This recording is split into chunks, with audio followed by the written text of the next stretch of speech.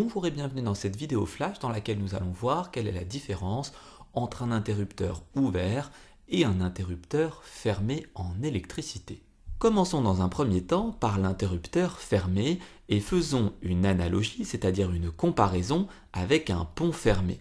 Lorsque le pont est fermé, les voitures peuvent circuler sans aucun problème.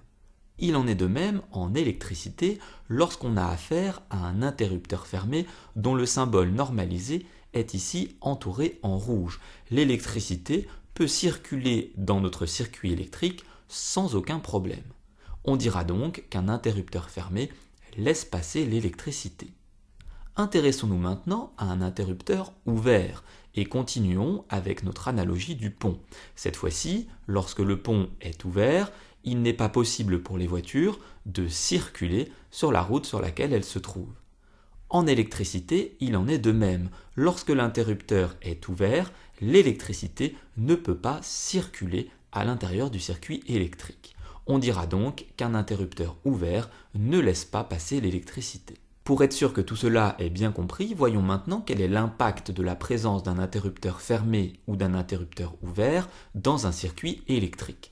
Considérons un circuit électrique composé d'une pile, d'une lampe et d'un interrupteur ouvert. Voici son schéma normalisé.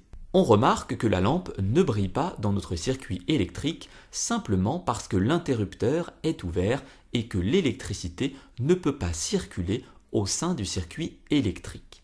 Si maintenant on reprend le même circuit électrique mais cette fois-ci en fermant l'interrupteur, on remarque que la lampe brille. En effet, cette lampe brille car cette fois-ci, l'interrupteur étant fermé, l'électricité peut circuler dans le circuit électrique. Cette vidéo flash est maintenant terminée, j'espère qu'elle a été claire. N'hésitez pas à vous abonner à ma chaîne YouTube et je vous dis à très bientôt pour de nouvelles vidéos.